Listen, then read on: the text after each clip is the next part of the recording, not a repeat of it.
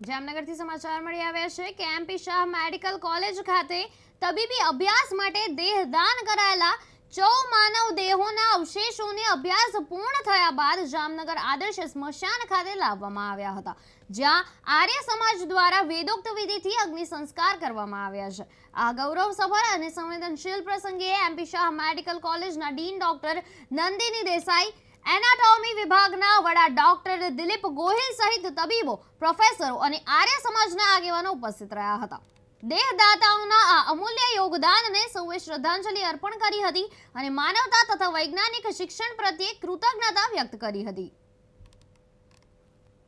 સમાજ જામનગર આજ રોજ એમપી શાહ મેડિકલ કોલેજના એનેટોમી ડિપાર્ટમેન્ટમાંથી આવેલ 14 માનવ દેહના અવશેષોનું આર્ય સમાજ વિધિથી સમગ્ર medical college staff, anatomy staff, Arya સમાજના પદાધિકારીઓ અને સ્મશાનના સંપૂર્ણ સ્ટાફની સાથે આર્ય સમાજ વિધિથી અગ્નિ સંસ્કાર કરેલ છે।